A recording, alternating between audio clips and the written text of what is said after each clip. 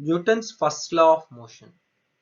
To understand Newton's first law of motion, let me give some examples. If a body is placed on the bench and if we close all the doors and windows of the room and if we just go out, and after 1 hour if we come back into the room and if we open the doors and all, where will be the body? Will it be there or will it move on its own? Obviously the body will be over there. Okay, let us lock the door and again go back and we'll wait for 1 year and we'll come back. So where do the body be?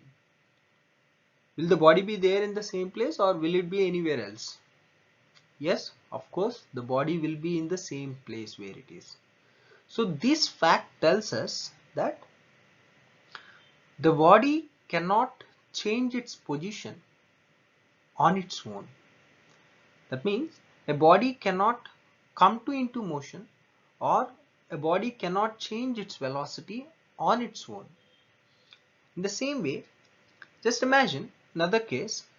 A body of mass m is moving with a velocity v in vacuum. Consider there is no gravity, there is no air resistance, there is no force at all. Just it is moving. Initially somehow it got some velocity, someone has given it, but later it was keep on moving. Do you think that the velocity of the body ever change? Certainly not. The velocity of the body remains constant, even in the direction of the motion also remains constant, because a body cannot change its velocity either by increasing or by decreasing on its own. So these two fundamental facts will tell us any body cannot change its state of rest or motion on its own. So that's what all about Newton's first law of motion. It says that every body continues to be in the same state of rest or uniform motion unless and until is compelled to change that state. That means by an external influence, whenever an external influence acts on it, then only the body will change its state of rest or uniform motion.